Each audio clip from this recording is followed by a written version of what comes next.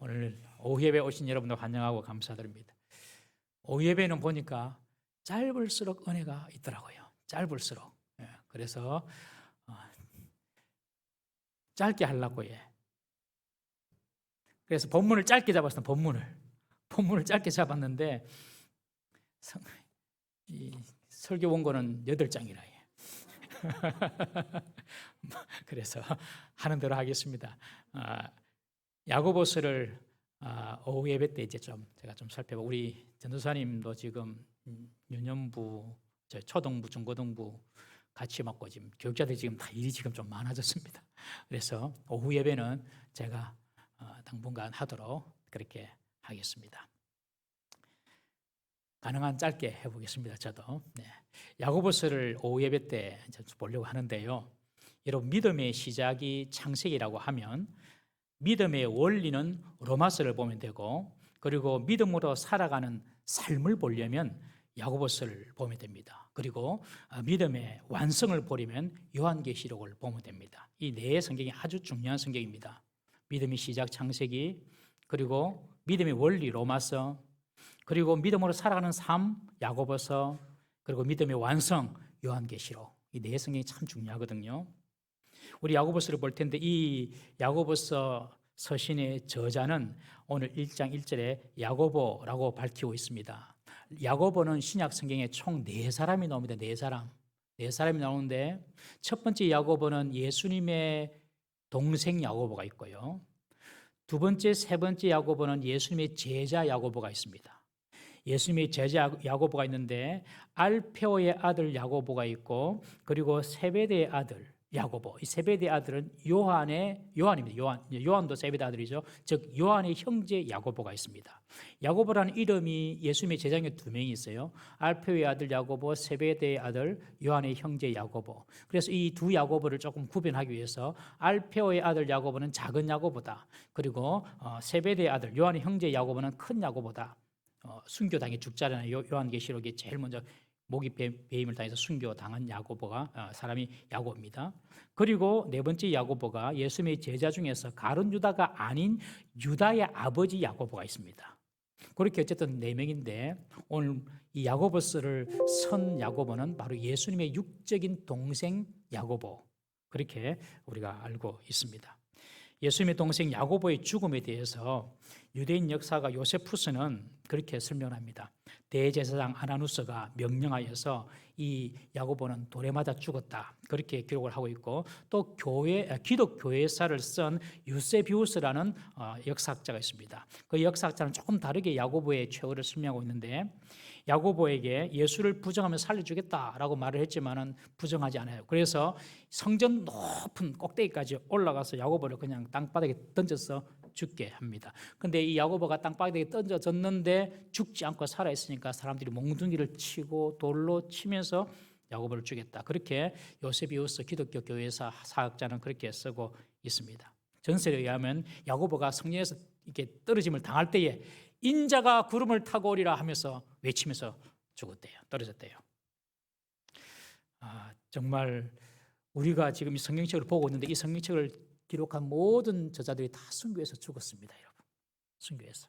그들이 목숨을 걸고 지킬 수 있는 그 믿음을 가졌다는 것은 정말로 그들이 진짜 메시아를 만났고 그들이 가지고 있는 복음이 진짜라는 사실을 반증해 주는 얘기도 합니다. 이 야고보서는 한 AD 60년경에 쓰여진 성경이지만, 오늘날 복음을 저항하고 반대하는 이 세상 속에서 우리 성도들이 어떻게 살아가야 할지를 구체적으로 말씀해 주는 그런 이정표와 같은 책이 바로 이 야고보입니다. 여러분들, 이 세상은요, 이 세상이라는 거대한 세계가 있지 않습니까? 이 세상이라는 거대한 세계가 있습니다. 이 세상이라는 거대한 세계 속에서 그리스도인들이 또 살아가는 세상이 있거든요. 이 세상이라는 거대한 세계 속에서 그리스도인들이 살아가는 세상은 어떤 세상인지를 보여주는 책이 바로 이 야고보서다, 그렇게 생각하면 됩니다. 어떻게 우리가 이 세상 속에서 믿는 자로서 우리가 살아가야 될 것인가, 아주 중요한 책입니다. 야고보서 하면 딱 떠오르는 생각이 여러분들 어떤 생각입니까? 행함 없는 믿음은 죽음이 믿음이다, 이 말씀이 딱 떠오르지요. 야고보서 2장에 나오는 말입니다. 이 행덕이 행함으로써 의를 얻는다. 즉 사람이 예수 그리스도를 믿음으로만 의롭다 하는 것이 아니라 행함으로 의롭다 하심을 얻는다. 이 말씀을 우리는 잘 기억하고 있습니다. 그래서 사도 바울이 로마서와 갈라디아에서 말한 이신덕이, 즉 믿음으로 얻는 구원에 대해서 구원과 이렇게 서로 충돌하는 것이 아닌가, 이런 오해를 좀 우리가 할 수도 있습니다. 그러나 사실은 전혀 실상은 그렇지 않습니다. 사도 바울은 사람이 율법을 행함으로 의롭다 하심을 얻는 것이 아니라 오직 예수 그리스도의 대속의 그 죽음을 믿음으로 의롭다 하신다는 것을 강조했고, 그리고 야고보는 그 믿음이 죽은 믿음이 아니라 산 믿음이 될 때에 반드시 그 산 믿음은 행함으로 나타나게 되어 있다는 것을 강조하는 것입니다. 그러니 바울은 믿음으로 오직 구원받는다, 이것을 강조한 것이고, 야고보는 죽은 믿음으로서는 열매가 없고 산 믿음을 가져야지만 행함이 따라온다, 그 행함의 강조점을 둔 것이 바로 야고보서다, 그렇게 생각하시면 됩니다. 사도 바울도 참된 믿음은 죄와 함께 할 수 없다라고 그렇게 말을 하고 있습니다. 우리 로마서 6장 1절 말씀 함께 읽어보겠습니다. 로마서 6장 1절 시작. 그런즉 우리가 무슨 말을 하리요? 은혜를 더하게 하려고 죄에 거하겠느냐? 그럴 수 없느니라. 2절 그럴 수 없느니라. 죄에 대하여 죽은 우리가 어찌 그 가운데 더 살리요? 은혜 받았다고 해가지고 우리가 죄 가운데 살겠느냐? 그렇게 말합니다. 이번에 우리 김신동 은퇴 장로님께서 바울과 야곱의 대척점이라는 아주 어려운 주제거든요. 그 주제를 가지고 책을 쓰셨어요. 이 대척점이란 말이 정확하게 어떤 말인지 제가 사전을 찾아보니까 지구에 한 점이 있다면 그 점의 반대편이 대척점입니다. 그러니까 우리나라가 있으면 이 우리나라를 이제 우리나라에서 땅을 파고 쭉 지구의 그 중심을 통과해 가지고 나가면서 나오는 반대편, 우루과이라 그래. 우루과이라 그래. 우리나라 반대편 대척점이. 그런 이제 뜻으로 바울과 야고보 대척점이라는 제목으로 바울의 신학과 야고보의 신학, 이것을 비교한 그런 내용의 책이에요. 장로님의 결론을 보면은 336장에 나오는데 이렇게 말씀하고 계시더라고요. 할례, 즉 율법을 지켜야 한다고 하는 할례당이나 그것을 무시하는 할례당이나 이런 명칭이나 주장과 관계없이 야고보와 베드로와 바울이 같은 목적과 이유로 한결같이 주님 가신 길을 따라 죽음을 맞았다는 교훈이 우리의 논쟁을 무마시킨다. 이 말은 그렇게 해서 우리의 논쟁을 무마시킨다. 그러니까 뭐 행위가 옳으냐 믿음이 옳으냐 이것 자체가 의미가 없다, 그렇게 말을 하면서 장로님이 내린 결론이 갈라디아서 5장 14절 15절입니다. 우리 한번 읽어보겠습니다. 시작. 온 율법은 내 이웃 사랑하기를 내 자신같이 하라 하신 한 말씀에서 이루어졌나니 만일 서로 물고 먹으면 피차 멸망할까 조심하라. 이 말씀을 결론으로 잡으셨어요. 온 율법은 이웃 사랑하기를 내 자신같이 하라 하신 한 말씀에 이루어졌나니 만일 서로 물고 먹으면 피차 멸망할까 조심하라. 이 장로님은 믿음이 사랑으로 나타나야 된다는 것을 강조하신 거예요. 그러면서 결론을 어떻게 냈냐면 제가 지금 책 한 권을 완전 써머리하는 겁니다. 결론이 뭐냐면 기독교는 믿음과 사랑을 기반으로 한 삶, 구원의 종교다. 삶의 종교다. 알미의 종교가 아니라 삶의 종교다. 구원의 종교다라고 결론을 맺고 있어요. 저는 사실 보면서 저도 장로님께 정말 통찰력이 대단하시다, 그런 생각을 했어요. 정말 믿음과 행위의 문제를 정확하게 꿰뚫는 통찰이라고 생각합니다. 제가 여기서 좀 덧붙여서 바울의 믿음 이야기를 제가 덧붙여서 이야기하면 바울도 믿음 이야기하면서 무엇을 강조하냐면 믿음을 이야기하는데 무엇을 강조하냐면 사랑을 강조해요. 우리 갈라디아서 5장 5절 6절 말씀 한번 읽어보겠습니다. 갈라디아서 5장 5절 6절 시작. 우리가 성령으로 믿음을 따라 의의 소망을 기다리노니 그리스도 예수 안에서는 할례나 무할례나 효력이 없으되 사랑으로서 역사하는 믿음뿐이니라. 우리 믿음 좋다 이야기하는데 이 믿음과 사랑이 떨어지는 게 아니라 믿음은 사랑으로 역사한다. 이 결론을 지금 바울이 내고 있어요. 장로님도 그걸 강포를 하셨더라고요. 그래서 그렇게 비슷하게 결론을 냅니다. 할례나 무할례나 율법 같은 거 따지지 마라. 믿음은 반드시 사랑으로 역사하는 것이다 라고 바울도 정의했고 장로님도 그렇게 이 책을 이렇게 결론을 맺는 것을 봅니다. 여러분, 사랑의 역사가 있는가 없는가가 중요합니다. 사랑이 있느냐가 없느냐가 중요한 거예요. 저는 이 믿음이 만들어내는 그 사랑의 관점을 좀 더 폭을 좀 넓혀서 삶의 성숙의 측면에서 야고보서를 접근해 보려고 했습니다. 왜냐하면 성숙한 사람이 할 수 있는 것이 사랑이거든요. 성숙하지 못하면 사랑이 불가능합니다. 사랑이 없다는 것은 성숙하지 못하다는 증거입니다. 성숙하지 못한다는 것은 자라지 못했다는 것이고, 자라지 못했다는 것은 병들었든지 죽었다든지 하는 의미입니다. 건강한 생명이라면 반드시 자라고 성숙하게 되죠. 건강한 믿음이라면 야고보의 표현대로 죽은 믿음이 아닌 산 믿음, 건강한 산 믿음이라면 반드시 자라게 되고 성숙하게 되고 사랑하게 되어 있다는 것입니다. 그래서 이 믿음이 만들어내는 삶의 성숙의 차원에서 이 야고보서를 살펴보고자 합니다. 야고보서를 공부하고 난 이후에 우리의 믿음이, 우리의 사랑이 한층 더 성숙할 수 있기를 주의 이름으로 축원합니다. 야고보는 예수님의 동생입니다. 처음엔 예수님을 메시아로 그리스도로 인정하지 않았습니다. 그러나 예수님께서 부활하신 후에 이 야고보를 제일 먼저 만났어요. 고린도전서 15장에 보면 바울이 다메섹 도상으로 가는 중에 부활하신 예수님을 만나는데 바울이 그런 말을 합니다. 나보다 부활하신 예수님이 야고보에게 먼저 나타났다라고 고린도전서 15장의 7절에 그렇게 저기가 증언하고 있습니다. 이 야고보가 예수님이 부활하신 것을 보고 예수님을 메시아로 진짜 그리스도로 믿게 되었다는 것입니다.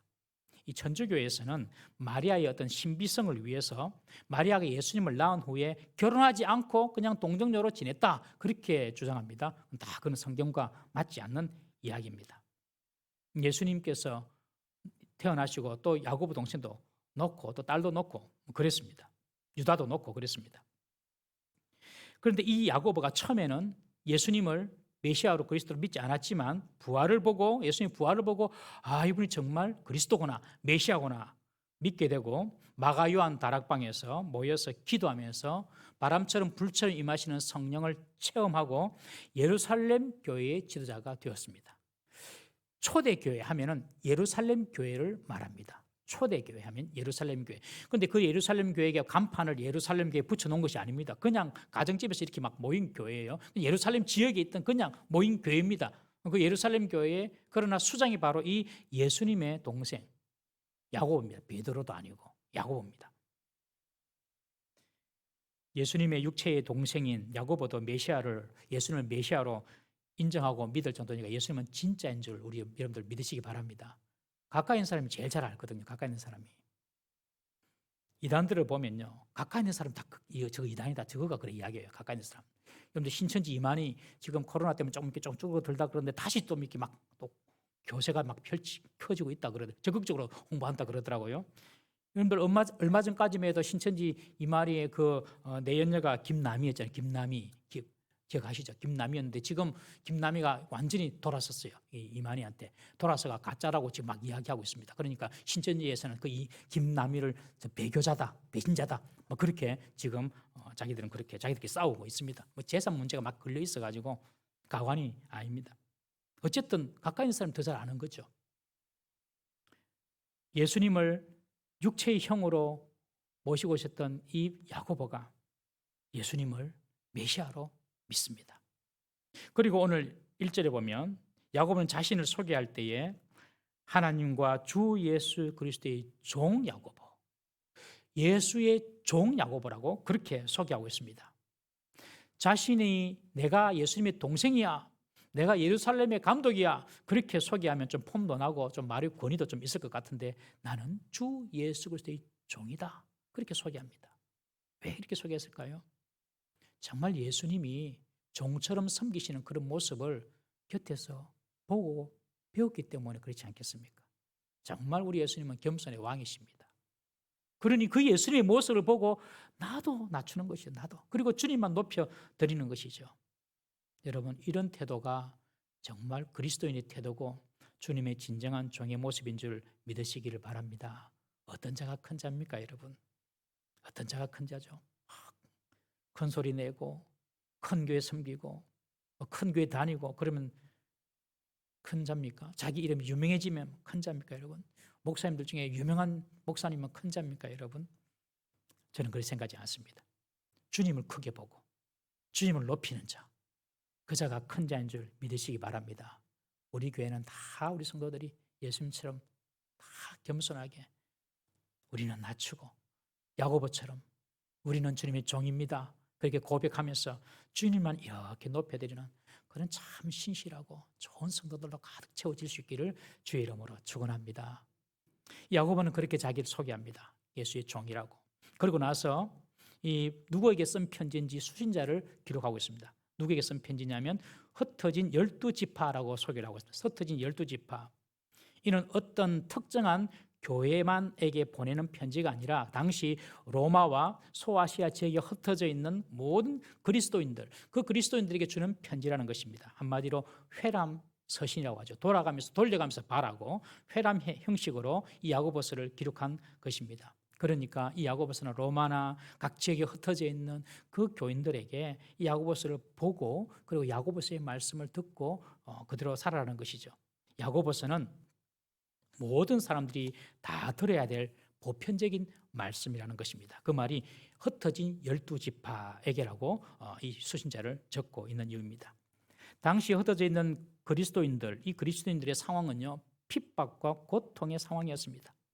여러분, 예수님의 죽음과 부활 그리고 성령의 임재하심을 경험한 그 예루살렘에서 시작된 복음, 그 복음이 핍박을 받았습니다. 첫 번째는 당시 유대인들로부터 핍박받았습니다. 유대인들의 신앙, 유대인들의 신학과 다르기 때문에 유대인들의 박해를 받았고요. 그리고 로마 정부의 정치적인 박해, 정치적인 핍박과 도전도 받았습니다. 그러니 자연스럽게 복음을 믿는 그리스도인들은 유대에 남아있지 못하고 뿔뿔이 다 흩어지게 된 것입니다. 여러분, 고통과 박해, 이것은 우리가 원하는 바가 아닙니다만은 하나님은 그런 고통과 박해를 통하여서도 복음을 전하는 통로로 사용하셨습니다. 잘 아시는 스데반 집사가 돌에 맞아서 죽죠. 그 일로 일어난 환난이, 핍박이 이제 그리스도인들에게 닥치니까 그리스도인들이 그때부터 다 흩어집니다. 스데반 집사가 죽고 난 뒤에 다 흩어집니다. 사도들만 빼놓고 12사도만 빼놓고 예루살렘에 거하지 않고 다 흩어집니다. 인종과 문화, 국경과 종교를 넘어서 베니게로, 구브로로, 안디옥으로 흩어집니다. 그 흩어져서 안디옥에서 안디옥 교회가 생기죠. 그리고 더 멀리 본도, 갈라디아, 갑바도기아, 지금 더 기적입니다. 그리고 아시아, 비두니아까지 다 흩어지고, 이렇게 흩어진 사람을 디아스포라라고 헬라어로 이야기합니다. 흩어진 사람들 디아스포라. 이 디아스포라가 어디까지 가냐면 로마까지 갑니다. 로마까지 가서 로마 교회를 세웁니다. 바울이 로마에 복음을 전하러 가기 전에 로마 교회가 먼저 세워졌습니다. 이런 디아스포라에 의해서 박해를 피해서 도망간 사람들이 세운 교회가 바로 로마에 있는 교회거든요. 그러니까 바울은 그 로마 교회를 가지 못한 상태에서 로마 교인들에게 쓴 편지가 바로 로마서가 되는 것입니다. 하나님은 이런 박해와 비판을 통하여서도 하나님의 일을 하고 계심을 믿으시기 바랍니다. 여러분, 우리가 어려움을 당하고 고난 가운데 있더라도 하나님은 일하고 계십니다. 하나님은 여전히 뭔가를 일하고 계시다는 사실을 꼭 기억하십시오. 우리나라에도 복음이 어떻게 전해집니까? 먼저 복음이 평양에 복음이 들어갑니다. 1907년도에 평양에 대부흥이 일어납니다. 집집마다 회개하고 예수님께 돌아온 사람이 많았습니다. 그런데 그 복음이 평양에만 이렇게 가두어져 있는 거예요. 이북제에만 가두어져 있는 거예요. 1950년 전쟁이 일어납니다. 그 전쟁을 통해서 북쪽에 있는 피난민들이 남쪽으로 내려오죠. 내려와서 복음이 전거됩니다, 여러분. 하나님의 역사는 우리가 이해할 수 없이 고통과 핍박과 박해를 통하여서도 이루어짐을 믿으시기 바랍니다. 나는 실패해도 하나님은 실패하지 않습니다. 나는 지더라도 하나님은 지지 않으세요. 역사를 보면, 기독교 선교 역사를 보면 복음을 가지고 흩어지지 아니하면 하나님께서 핍박을 통해서도 흩어지게 만드시는 것을 봅니다. 여러분, 교회는 두 종류 교회가 있습니다. 하나는 모이는 교회, 모이는 교회를 에클레시아랍니다. 에클레시아라는 말이듯이 부름을 받아 모인 사람들이라는 뜻이거든요. 하나님의 부름을 받아서 모인 사람들, 오늘날 우리 교회에서 예배드리는 이런 모임도 에클레시아라고 볼 수가 있습니다. 그러나 교회는 에클레시아 교회만 있는 것이 아니라 디아스포라 교회가 있습니다. 흩어진 교회입니다. 우리가 예배를 드리고 세상에 나가서 흩어져서 직장에서 학교에서 또 가정에서 그곳에서 예수님의 십자가 복음을 전하는 그런 사역들을 감당하는 디아스포라 교회. 모이는 것도 중요하고 흩어져서 주님의 왕되심을 전하고 복음을 전가하는 이것도 너무너무 중요한 사실을 꼭 기억하십시오. 그래서 박해를 통해서 복음이 막 흩어집니다. 그리고 그 흩어진 그리스도인들은 그 다른 나라 지역에서 살면서 여전히 핍박과 고통 가운데 있습니다. 왜냐하면 그 당시 세계는 로마가 세상을 다스리는 그런 세계였거든요. 그러니 이 사람들은 이 복음으로 고통과 핍박을 받고 있는데 그런 흩어져 있는 교인들을 위하여 교회를 위하여 야고보가 쓴 편지가 바로 야고보서인 것입니다. 고난 가운데 핍박 가운데 어떻게 살아야 될지를 말씀해 주고 있습니다.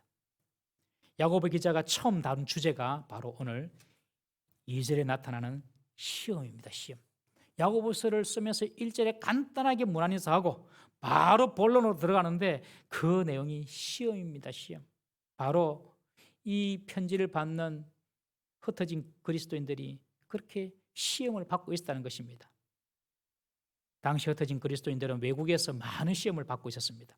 일단 여러분 다른 나라에 가서 그것도 뭐 때문에 갔습니까? 복음 때문에 간 거 아닙니까? 핍박을 피해서 갔는데 다른 나라에 가서 이방인으로 산다는 것 그 자체가 힘겹고 어렵지 않습니까? 오늘날 외국인들이 우리나라에 들어와서 사는 거 얼마나 힘들겠습니까? 그리고 우리나라 사람들이 외국인들을 보는 좀 편견이 있죠. 백인들이 지나가면 별로 이렇게 그런 생각 안 한 것 같은데 막 동남아 이상한 또 시커먼 사람들이 막 지나가면 저 사람들 막 무슨 죄를 짓는 사람 아닌가 이런 생각하고 좀 이렇게 두려워하는 경향이 있습니다. 그것이 다 그들에 대한 편견과 선입견 때문에 그렇습니다. 당시 1세기 때는 얼마나 그 당시 외국인들을 사람 취급 안 했겠습니까, 여러분? 그러니 이 예루살렘에 살던 유대인들이 각 지역에 특별히 로마 지역에 흩어져 살면서 이미 집을 떠났다는 그 자체가 기득권 세력과는 관계없는 그런 소외되는 소수 집단이었던 것입니다. 그래서 편견과 편애를 받고 있었습니다. 도저히 주류 사회 속에는 들어갈 수가 없는 그런 불이익이 그리스도인들에게 있었다는 것이죠. 특히 그뿐만 아니라 그리스도인들은 당시 세상을 지배하던 이 로마 문화 속에서 기독교의 가치관을 가지고 살아야 했기 때문에 엄청난 핍박과 고난을 받았습니다. 로마의 문화는 힘, 권력, 부 이것을 최고의 가치로 생각하는 문화였습니다. 힘이 있고 권력이 있고 부가 있으면 그 사람은 최고다. 이런 가치 속에 있었어요. 오늘날 똑같지 않습니까? 오늘날 세상은 똑같아요. 똑같아. 로마 시대는 지금은 똑같습니다. 여러분. 그런데 거기에 기독교인들은 하늘의 소망을 두고 살아라고 성경은 가르치니까 얼마나 세상 사람들하고 안 맞습니까? 가치관 자체가 왕따를 당합니다. 그뿐만 아니라 기독교에서는 예수님을 주님이라고 불렀습니다. 그런데 주라는 이 퀴리오스 이 말은 로마 황제에게만 붙이는 칭호였습니다. 로마 황제에게만. 아니 로마 황제에게 주라고 붙이는 이 호칭을 예수님께 딱 갖다 붙이면서 그리고 또 기독교인들은 곳곳에 세워진 로마 황제의 신상에 절연하지 않거든요. 그러니까 황제 숭배도 거부하고 그러니 이 로마 사람들에게 기독교인들은 눈의 가시였습니다. 그래서 아주 작은 그런 허점만 있으면 그들을 잡아가지고 그들을 예수님 사람들을 핍박하고 결국은 잘 아시는 대로 뭐 사자 앞으로도 던지고 그랬지 않습니까? 그 당시 믿음을 가지고 산다는 것이 마치 시험과 박해를 불러오는 시한폭탄을 품고 있는 것과 같았습니다. 언제 어떻게 잡혀갈지 모릅니다. 누가 옆에서 푹 찌르면 그냥 꼬투리 잡아가지고 잡혀가는 것입니다. 여러분. 시한폭탄이에요. 믿음이. 오늘날 그런 믿음의 시한폭탄이 우리에게 있다면 우리는 어찌하겠습니까? 믿음 다 내려놓고 살라고 하진 않겠습니까? 이 코로나 시국에 여러분들 우리가 우리 믿음을 잘 지키고 있는지 잘 살펴보시기를 바랍니다. 우리가 마지막까지 붙잡아야 할 것은 바로 이 믿음입니다. 믿음. 돈도 아니고 명예도 아니고 다른 어떤 것도 아니고 이 믿음. 이 믿음을 끝까지 우리가 붙잡아야 되는 것입니다. 이런 시험을 당시 흩어진 기독교인들은 받고 있었습니다. 믿음을 가지고 세상을 살아가는 사람들에게 신앙을 포기하게 만드는 그런 환경, 때론 목숨과도 바꿔야 되는 그런 믿음, 삶의 터전을 위협당하는 그런 상황 속에 지금 흩어져 있는 그리스도인들이 핍박과 고난을 받으며 살고 있는 것입니다. 그런 성도들에게 지금 야고보가 편지를 쓰고 있습니다. 시험을 당할 때 어떻게 대처하느냐, 오늘 두 가지로 이야기합니다. 첫 번째, 시험을 당할 때는 온전히 기쁘게 여기라. 한번 따라해 봅시다. 기쁘게 여기라. 기쁘게 여기란 것이죠. 기쁘게. 완전히 역설적이죠. 이 시험을 3절에 보면 믿음의 시련이라고 합니다. 믿음의 시련. 즉 믿기 때문에 당하는 시험을 말합니다. 여러분, 믿으면 좀 잘 돼야 되고 복이 와야 되는데 시험과 시련이 옵니다. 우리나라에 믿음 때문에 시련이 있습니까? 여러분 어떠세요? 우리나라에 어떤 특정한 직장에서는 그럴 수도 있겠죠. 혹은 또 어떤 특정한 상사, 아주 기독교를 싫어하는 그런 상사 만나면 그럴 수도 있겠습니다만은 사회적으로 크게 우리나라에는 그런 것이 저는 모르겠습니다. 그렇게 잘 안 보입니다. 그러나 여러분들 북한이나 공산주의 국가나 이슬람 국가나 불교 국가에서는 믿음을 가진 자들이 눈에 보이게 박해를 당하고 있습니다. 여러분 중국은 이전에 삼자교회라고 하면 예배도 드리게 허용을 했습니다. 이 삼자교회라는 것은 중국 공산당에 의해서 허가와 통치 그리고 허가와 또 그 정부의 통치를 받겠다 이런 어떤 약속을 한 이후에 세워진, 즉 중국 공산당의 허가 속에서 세워진 교회가 삼자교회입니다. 삼자교회. 이 삼자라는 말은 자치, 자양, 자전 이래서 스스로 세울 선교사 지원 받지 말고 스스로 너희들이 해라. 전도도 자전. 다른 사람들 외국 사람 와서 전도하지 말고 너가 스스로 전도하면 봐줄게.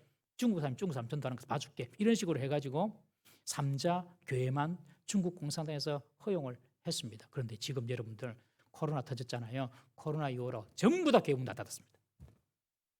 삼자 교회도 예배를 못 드립니다. 그게 중국입니다. 그게 공산주의입니다. 공산주의.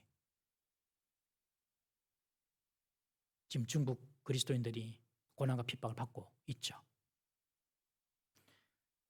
이런 자들에게 지금 바울이 하는 말입니다. 시험이 오면 기쁘게 여기라. 참 기쁘게 여기라. 우리도 믿는 사람만 아니면 우리가 선택할 선택지가 많은 경우가 있지 않습니까? 내 혈기대로, 내 기분대로, 내게 좋아 보이는 대로 그냥 문제를 처리하고 사람을 상대할 수도 있습니다. 그런데 믿는 사람이기 때문에 우리가 선택해야 될 선택지가 또 있지 않습니까? 그런 믿음의 삶을 살려고 할 때 찾아오는 시련이 있습니다. 시험이 있습니다. 그런 시험이 있으면 기쁘게 여기라는 것입니다. 기쁘게 여기라. 믿는 자이기 때문에 내가 그 믿음의 길을 선택하기 위해서 찾아오는 그런 시련과 시험, 기쁘게 여기라. 참 이해가 안 되는 말씀입니다. 왜 그런데 야고보는 기쁘게 여기라고 합니까? 이 믿음으로 인한 시험이 온다는 것은 내가 진짜 그리스도인이라는 증거가 됩니다. 그리고 이 믿음의 시련은 바로 테스트한다는 말이거든요. 이 시련은 테스트한다는 그런 의미인데 시험이 없을 때에는 우리가 믿음이 있는 사람인지 없는 사람인지 잘 표가 안 나지요. 그런데 시험이 딱 찾아오면 믿음이 있는 사람과 믿음이 없는 사람은 바로 구별됩니다. 물론 처음에는 다 두렵고 다 슬프고 답답하고 내게 왜 이런 일이 절규하기도 합니다만은 믿음이 있는 사람은 그 과정을 반드시 인내로 버티게 되어 있습니다. 그 인내가 우리의 믿음을 성숙하게 하고 우리의 인격을 온전하게 만들어줍니다. 바로 성숙한 하나님의 백성으로 만들어가는 것입니다. 그러므로 시험이 올 때에는 그리고 시련이 찾아올 때에는 기뻐하라. 시련을 좋아할 사람은 아무도 없습니다만은 그러나 그런 시험과 시련이 올 때 기뻐하라. 그 시련으로 너희들이 인내를 배우고 그 시련으로 너희들의 믿음이 더욱더 온전해지고 성숙해질 수 있기 때문에 기뻐하라 라고 그렇게 야고보는 권면하고 있습니다. 여러분 믿음 때문에 오는 시련과 시험 기뻐하실 수 있기를 바랍니다.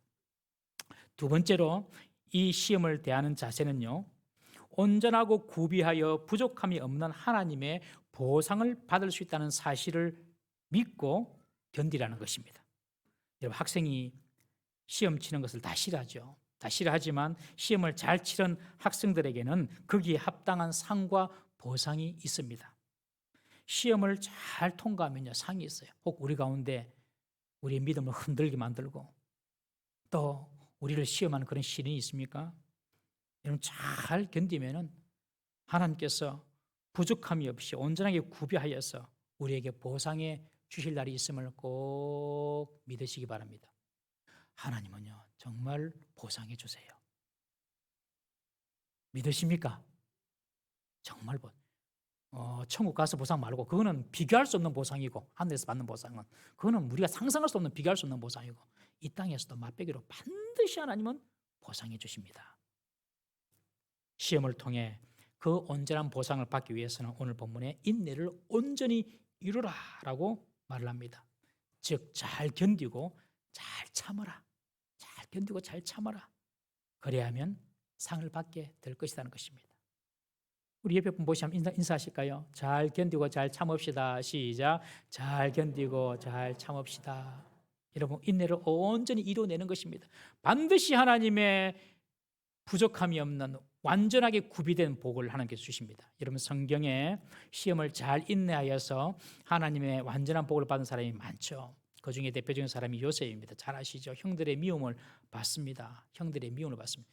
여러분들, 못난 사람이 미움 받습니까? 잘난 사람이 미움 받습니까? 모르십니까? 못난 사람 안 미워합니다. 잘난 사람 미워하면 잘난 사람. 이 형님들이 요셉 꿈도 이상한 꿈 꾸가지고 우리가 지한테 절한다 그러고 화가 났어요. 아버지가 요셉에게 형님들이 양 치러 갔으니 어떻게 치고 있는지 잘 보고 온나? 당시 이제 양을 한번 치러 가면 길게는 몇 달 혹은 몇 주까지 떨어져서 양을 이렇게 먹이거든요. 이 아버지의 신분을 받고 형님들이 어디서 양 치는가, 형님들 잘 양을 치고 있는가 보러 갑니다. 근데 형들이 멀리서 요셉을 보고 아이고 저기 꿈꾸는 자가 오네. 이상한 허무맹랑한 말만 하는 동생이 오는 거라 잘됐다. 잡아 가둬버리자. 그래서 구덩이를 파고 가둬버립니다. 그러다가 팔아버리자. 그래가지고 애굽의 종으로 팔아버리잖아요. 17세에. 애굽의 종으로 가서 보디발 장군 집에서 종살이를 하다가 아시는 대로 부인의 누명을 쓰고 감옥까지 내려갑니다.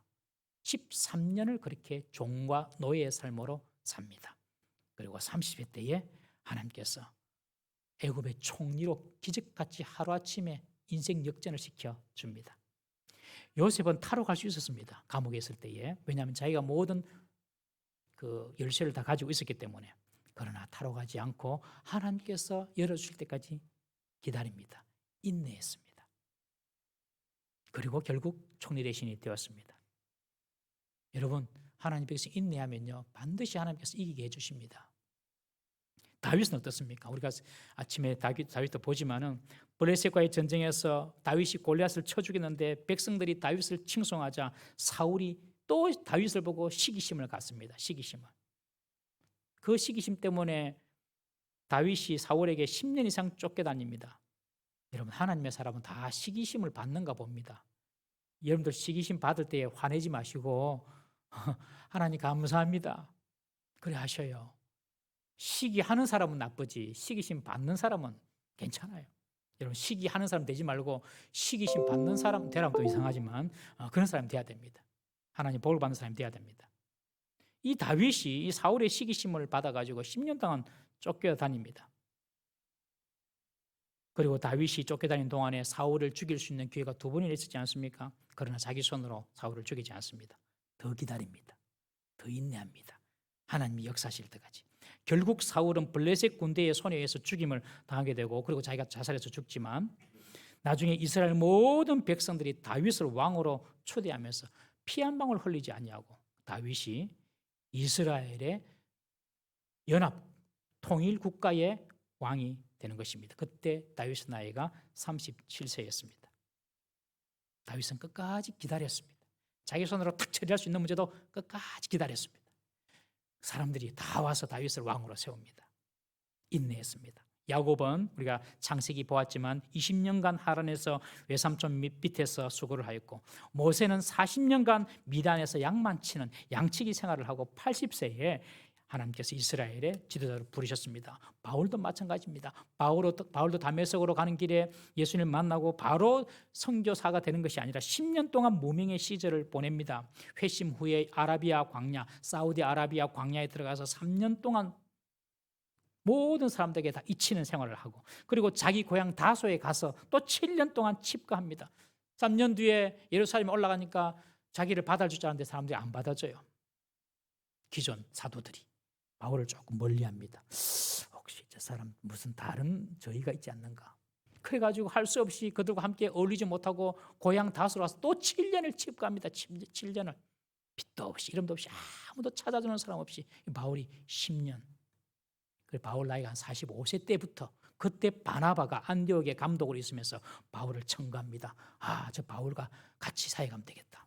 그래서 안디옥 교회에 가서 바울과 함께 사역하면서 그때부터 본격적인 선교사가 되는 것입니다. 회심한 지 10년 동안 아무도 안 알아주고 아무도 인정해 주지 않는 그런 시간을 보내는 것입니다. 여러분, 하나님의 백성은요, 인내하면 무조건 이깁니다.